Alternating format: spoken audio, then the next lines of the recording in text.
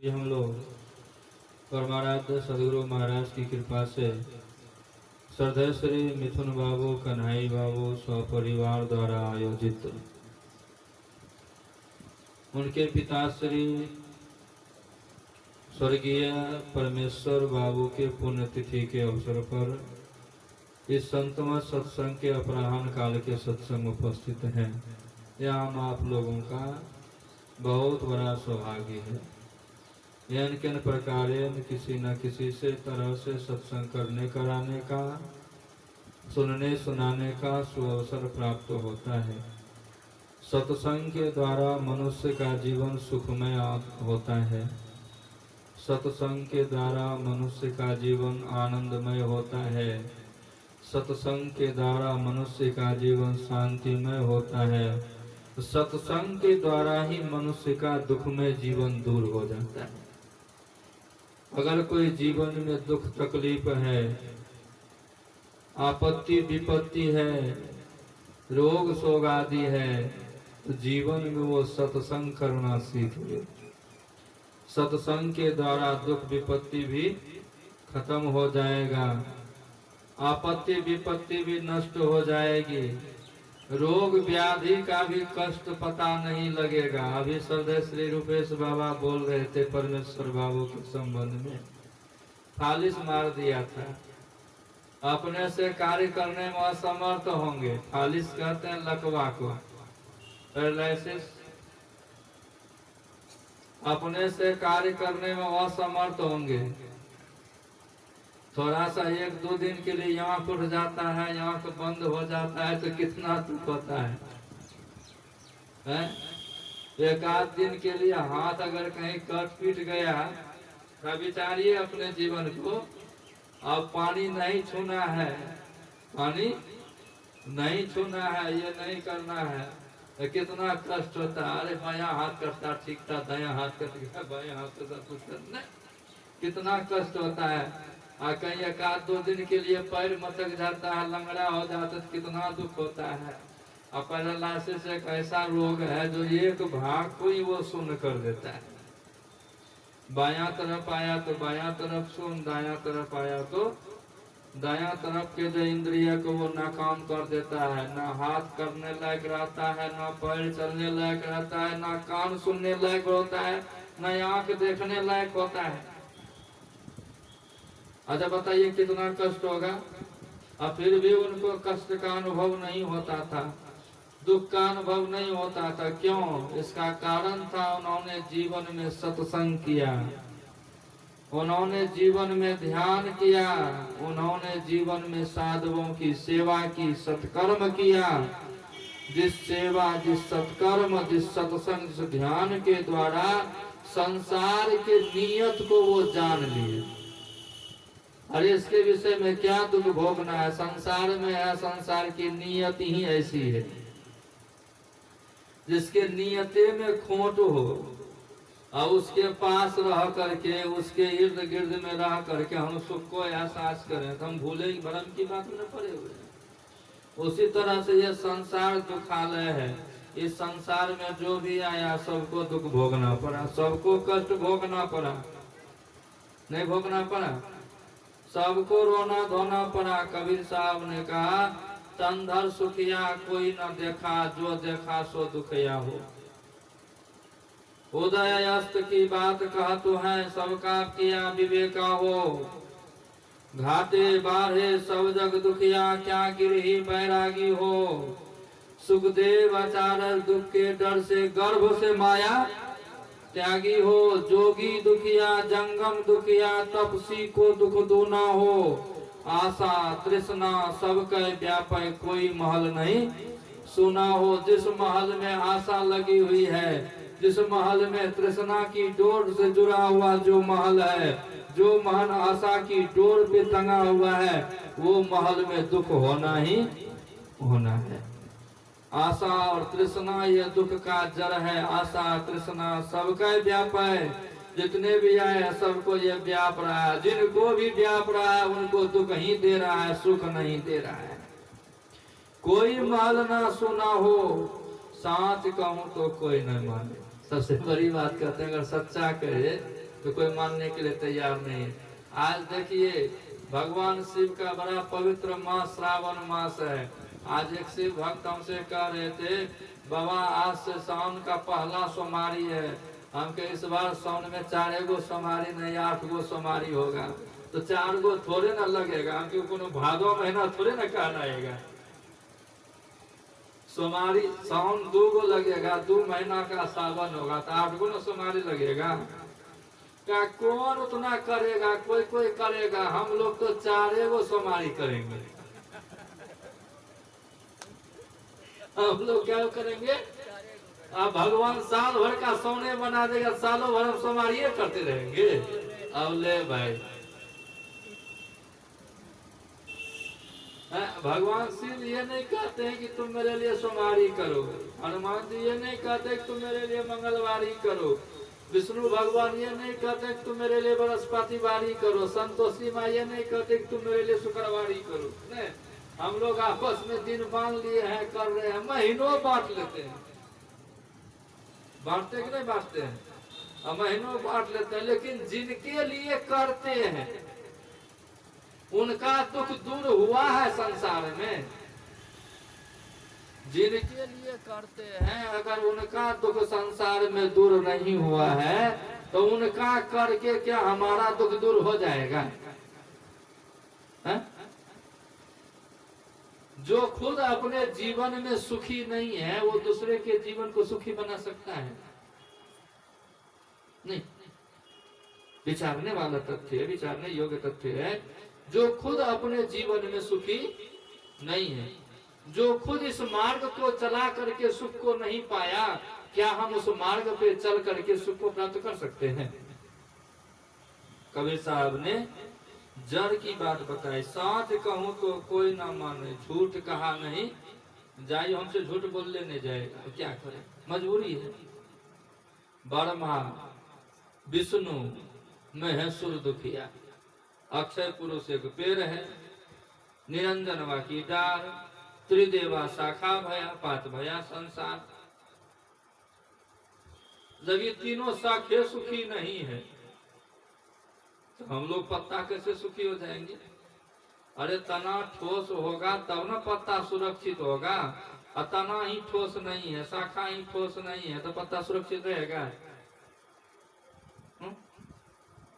ब्रह्मा विष्णु महेश्वर दुखिया जिन्हें राह चलाइयो, जिन्होंने ये संसार अभिमुख का राह चलाया, संसार में आने का रास्ता बनाया, सब दुखी। बनाने वाला भी, आने वाला तो दुखी है ही। तो कबीर साहब से किसी ने पूछा, जब कोई सुखी नहीं तो ध्यान भजन पूजा पाठ तीरथ व्रत उपवास काहे के लिए करेंगे? जैसे मन तैसे रहेंगे।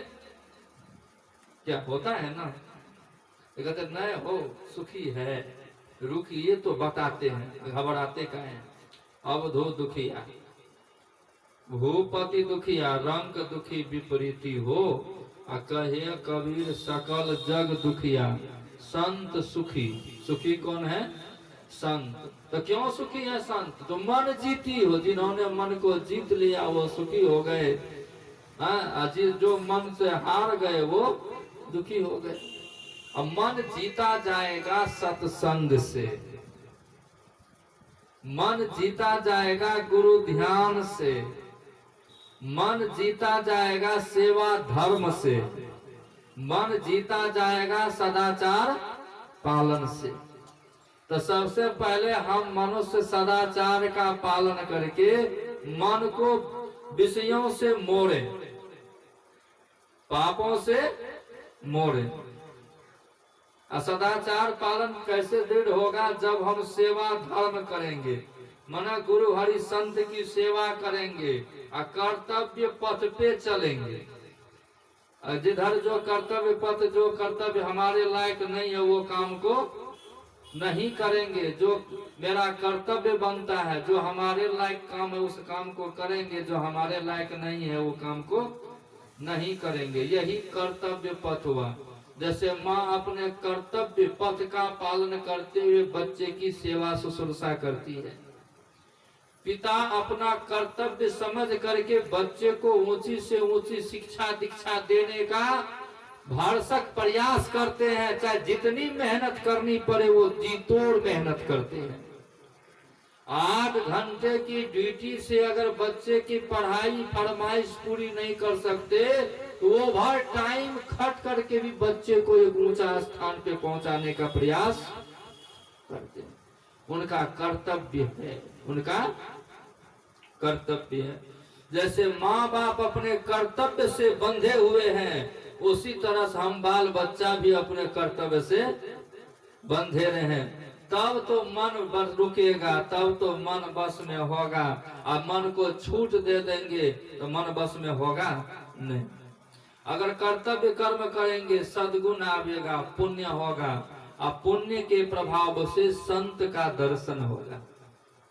भगवान श्री राम ने क्या कहा? पुण्य पुंज बिनु मिला ही न संता। ले भाई, अरे पुण्य होगा कैसे? तो यही कर सदाचार का पालन करेंगे तो पुण्य होगा। साधु महात्माओं की सेवा करेंगे, संतों की सेवा करेंगे तो पुण्य होगा। कर्तव्य कर्म का पालन करेंगे तो पुण्य होगा। ये सब नहीं करेंगे तो पुण्य नहीं होगा। तो कहां से संत का दर्शन होगा? होगा नहीं। पुण्य पुंज बिनु मिल ही न संता। असंत मिल गए तो सत्संग मिलेगा। ओ माता जी को थोड़ा जगा दीजिए, आंख बंद दीपा गाय। श्री सदगुरु महाराज की जय। सत्संगति, संत मिले तो क्या मिलेगा? सत्संग मिलेगा। हाँ, सत्संगति संस्कृति कर अंत। अगर सत्संगति संतों का संगति कर लिए और दोनों तरह का संग, बाहर और अंतर, बाहर अंतर भक्ति कराई या बाहर अंतर सत्संग कराई, दीजिए आत्म ज्ञान। बाहर का भी सत्संग हमसे करा लो भगवान, अंतर का भी सत्संग हमसे करा लो। बाहरी सेवा भी हमसे करा लो गुरुदेव, आंतरिक सेवा भी हमसे करा लो।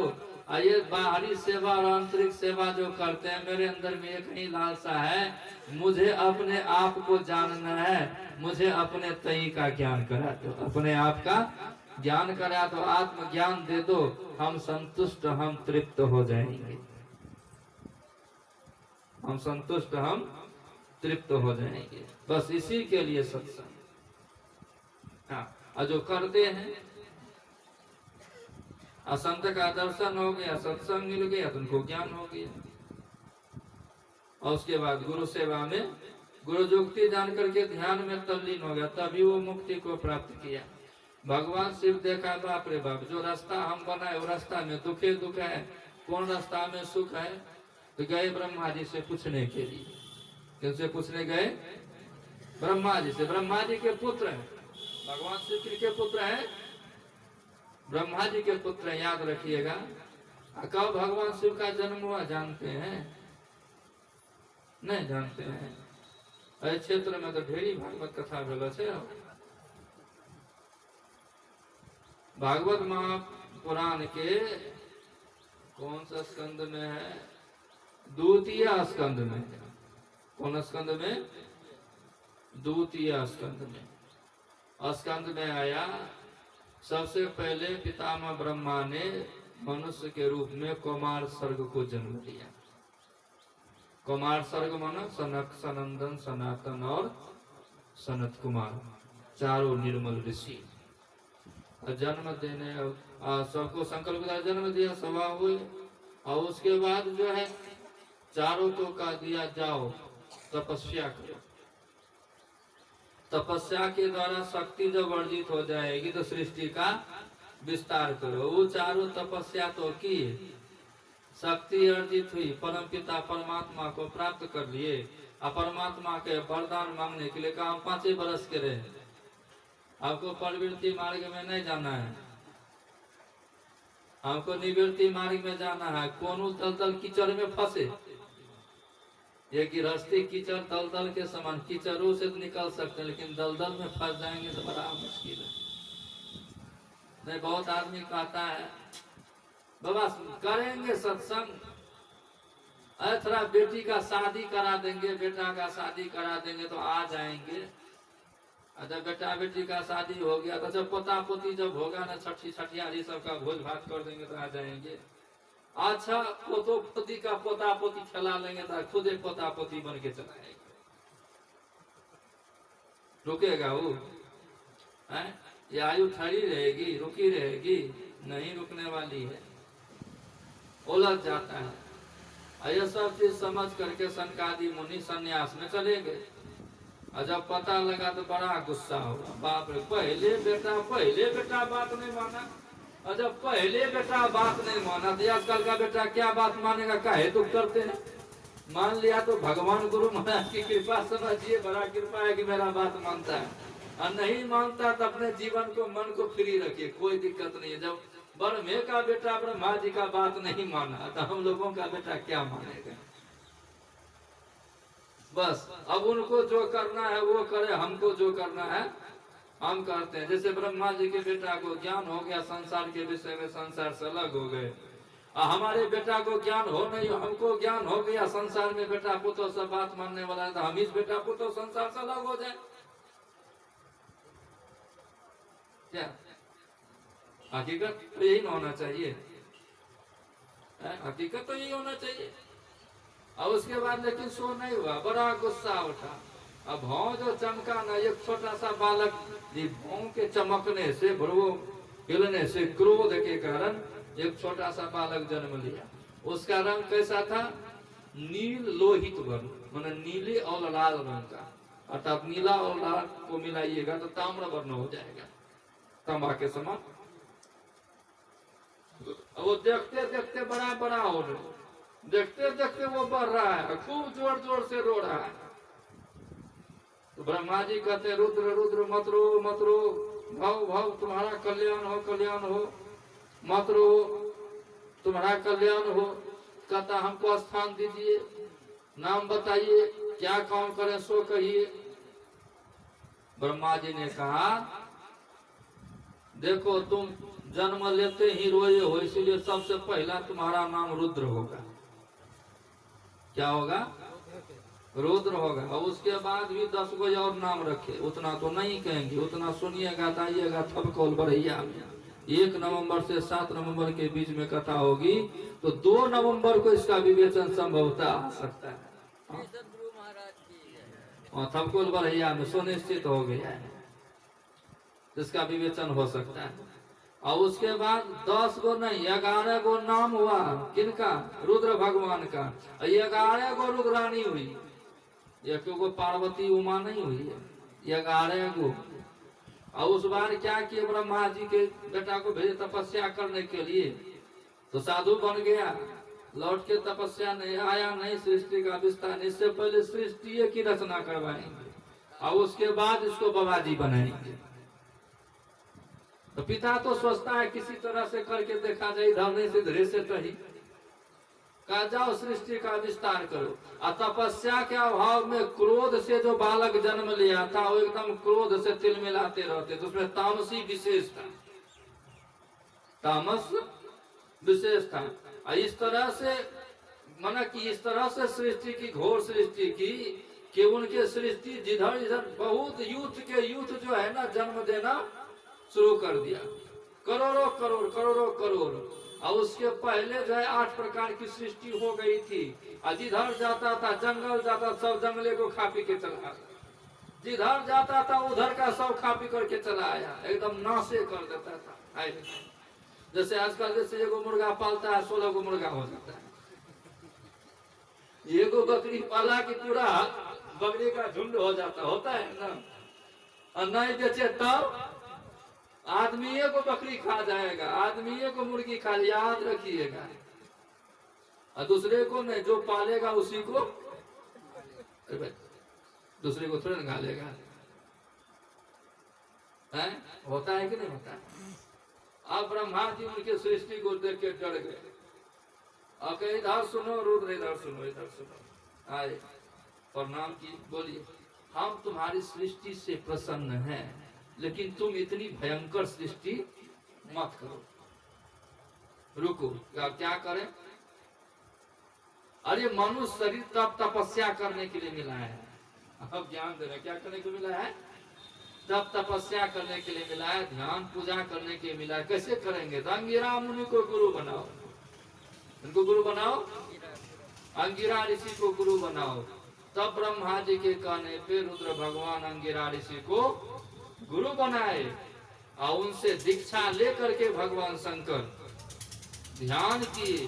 और ध्यान में मनुष्य की मुक्ति के लिए एक से एक सरल सरल उपाय करते करते अंतिम में नादानुसंधान को खोज के निकाला, बनाया नहीं। जैसे वैज्ञानिक मिट्टी तेल को खोज करके निकाल लिया, जैसे वैज्ञानिक प्राकृतिक गैस को खोज करके निकाल लिया, जैसे वैज्ञानिक धरती के गर्भ में छुपे हुए सोने चांदी लोहे हीरे जवाहरात कोयले आदि को खोज करके निकाल लिया, उसी तरह भगवान शिव योग युक्ति जान करके गुरु युक्ति के द्वारा इस शरीर के अंदर में प्रवेश करके खोज करके परमात्मा प्राप्ति के साधन भजन को निकाल करके संसार में प्रसारित कर दिया। हाँ, खोज करके निकाला। इससे उनको बड़ा सुख हुआ, इससे उनको बड़ी शांति हुई। और उसके बाद जो परिवार को बसाया, एगो कार्तिक एगो गणेश, दोनों ही अनुकूल। किसी को कोई परेशानी है कार्तिक भगवान से गणेश भगवान से? कोई परेशानी नहीं। जैसे ध्यान भजन के बाद जो सृष्टि को बनाया तो उससे कोई परेशानी न अपने न किसी को, उसी तरह से हम मनुष्यों का कर्तव्य होता है विवाह से पहले अगर प्रवृत्ति धर्म में जाए तो पहले से ध्यान करें, पहले से सत्संग सदाचार आदि का पालन करें। इससे क्या होगा? सौम्य सृष्टि होगी। सौम्य सृष्टि माना सुंदर रचना, सुंदर सृष्टि।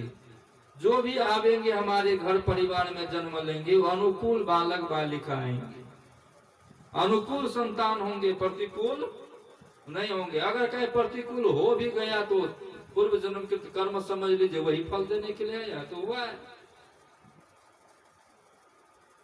अगर इस तरह से विचार बन जाएगा, इस तरह से जानकारी हो जाएगी, दुख में कोई दिक्कत होगा?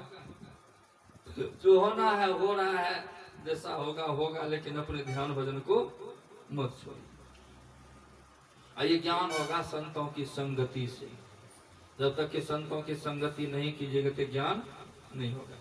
अभी जो पाठ हुआ सुंदरकांड से, इसमें मुख्य रूप से एक आवागमन, एक आवागमन से मुक्त, एक आवागमन से भी बढ़ करके कार्य,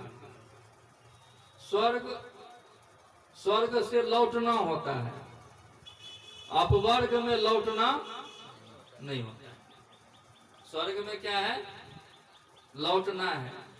स्वर्ग में दुख है, स्वर्ग में अशांति है, स्वर्ग में सापा सापी है, कष्ट है। कहिएगा कैसे? नहीं, प्रश्न कर सकते हैं कैसे? देखिए, स्वर्ग में अर्जुन को क्या किया? श्राप दे दिया। कौन श्राप दे दी?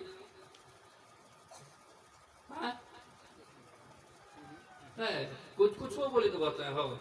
उर्वशी, अरे अर्जुन गया था पिताजी से भेंट करने के लिए।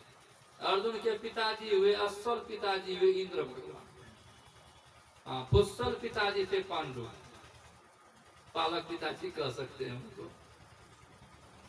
तो इंद्र भगवान से गए मिलने के लिए। वहां का गंधर्व नाच बड़ा बढ़िया था स्वर्ग का। तो सोचा कि बेटा को यहाँ का गंधर्व नाच सिखा दे, काम देगा। तो सही में काम दिया भी। आप अगर कोई काम सीखने के लिए कहे ना तो सीख लीजिए, कभी ना कभी जीवन में काम आवेगा। याद रखिएगा, वो गुरु है। वो क्या है? गुरु है। तो कहा ठीक है सीख लेंगे पिताजी। कौन सिखावेगा? तो कहा उर्वशी सिखावेगी। उर्वशी को बुलाया, कहा देखो इसको तुम गंधर्व नाच सिखा दो। उर्वशी नाच सिखाने लगी और अर्जुन के मन में हुआ ये मेरा लकर फकर दादी होगी, एक बार बढ़िया से देख लेते हैं लकर फकर दादी कैसी है। नहीं, देखो दादी परदादी, परदादी के बाद कौन होता है, उसके फकर दादी कहाँ कहाँ चला जाता है। बस उसी खानदान में अर्जुन हुए थे। कहिएगा कैसे? अब जोड़ लीजिए खानदान को। वशिष्ठ मुनि के पुत्र वे शक्ति मुनि, शक्ति मुनि के पुत्र वे पराशर मुनि, पराशर मुनि के पुत्र वे वेदव्यास मुनि हुए। अब वेदव्यास मुनि के माँ का विवाह हुआ शांतनु से, राजा शांतनु से। राजा शांतनु जो है मत्स्य गंधा से 2 पुत्र को जन्म दिए, चित्रांगद और विचित्र वीर्य। और दोनों का वह सामयिक निधन हो गया। दोनों में से कोई अपने धर्म पत्नी के ओद्र से संतान को जन्म नहीं दे पाया। अंतिम में भीष्म पितामह के पास जाती है मत्स्य गंधा, तुम कुछ करो, का तुम्हारे पिताजी के वजह से हम आजीवन ब्रह्मचर्य व्रत का संकल्प ले लिए हैं, हमसे कुछ होने जाने वाला है नहीं, हम ये सब में करने वाले नहीं हैं, हमको इच्छा मृत्यु का वरदान है। चाहे याद हो कि 10 करोड़ 1000 वर्ष नहीं 10 करोड़ वर्ष बाद हो, जब तक कि हस्तिनापुर सुरक्षित नहीं रहेगी तब तक हम कहीं जाने आने वाले हैं नहीं। बस इसी तरह से क्या कहते हैं, राजा जो उत्तराधिकारी बना देता है, अरे बताइए ना भाई, ना ना वो जो बैठाता है युवराज, युवराजे बनकर के हम सेवा करते रहेंगे हस्तिनापुर का, लेकिन कभी हम किसी स्त्री के पास जाने वाले नहीं है। तुम जैसा की है तुम्हारे पिताजी जैसा कि तुम जानो और तुम्हारा पिताजी दासराज नाना जी जाने, लेकिन मेरी मानो तो एक बात है, मेरे पास एक युक्ति है। तुम्हारा एगो और बेटा है, हम जानते हैं, वो वेदव्यास मुनि, वो मुनि है, ऋषि है, तपस्वी है। अगर उनकी कृपा में दृष्टि हो जाए तो तुमको जो है ना, ये दोनों बेटा के पत्नी से संतान हो सकते, तुमको पोता पोती हो सकता है। जाओ उनके पास, उनसे प्रार्थना करो। चली गई मत्स्य गंधा किनके पास?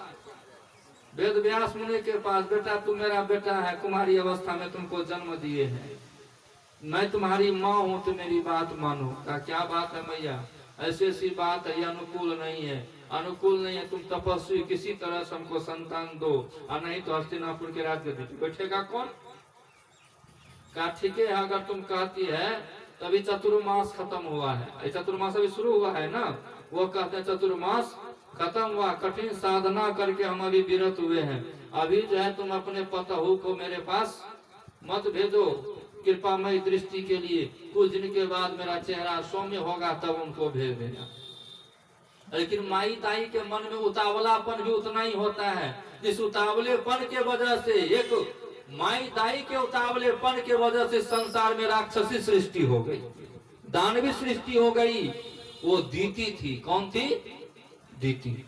दीति ने हिरणाक्ष और हिरण्यकशिपु को जन्म दिया उतावलेपन में आकर के, मैं उधर नहीं जाना चाहता, उतावलापन था। उसी समय भेज दिया, दासी के साथ में विचित्रवीर्य और चित्रांगन की धर्मपत्नी चली गई। चित्रांगन छोटा था, विचित्रवीर्य बड़ा था, और साथ में एक दासी चली गई। और वेदव्यास मुनि ने कर्म कर्म से तीनों को देखा। जैसे विचित्रवीर्य के धर्मपत्नी को देखा तो डर के कारण उसका आंख बंद हो गया, धृतराष्ट्र अंधा जन्म लिया। जैसे चित्रांगद के धर्मपत्नी को देखा, डर के मारे उसका शरीर पीला पड़ गया, जिसके वजह से जॉन्डिस पकड़ा हुआ बच्चा जन्म लिया, पांडु। और दासी साथ में गई थी, उनको जैसे देखा तो दासी बड़ा प्रसन्न मन से नहीं आलिंगन किया, उनको बहुत सुंदर जन्म हुआ। विदुर जी जो यमराज का अवतार, मांडव मुनि के श्राप था, मांडव मुनि का श्राप था यमराज को, और उसके वजह से विदुर का जन्म दासी के पुत्र के रूप में हुआ। और उसी खानदान में कौन है? अर्जुन। तो बताइए लकर फकर दादी होगी कि नहीं होगी? तो अर्जुन के मन में हुआ मेरे कुल खानदान की है, देख लेते हैं बढ़िया से। लेकिन जैसे देखा दादी दादी हो तब ना, दादी अगर पोते से शादी ब्याह करना शुरू कर दे तब की दिखते नहीं। देखिए हम थोड़ा खुला बोलते हैं, बहुत रहा हो गए, कथा वथा जो करते हैं ना, हम कोई बात बांध करके नहीं रखते हैं। उनके मन में भावना हो गई, वो अर्जुन के सामने में भावना व्यक्त किया, लेकिन वो मृत्यु लोक का वासी था, कोई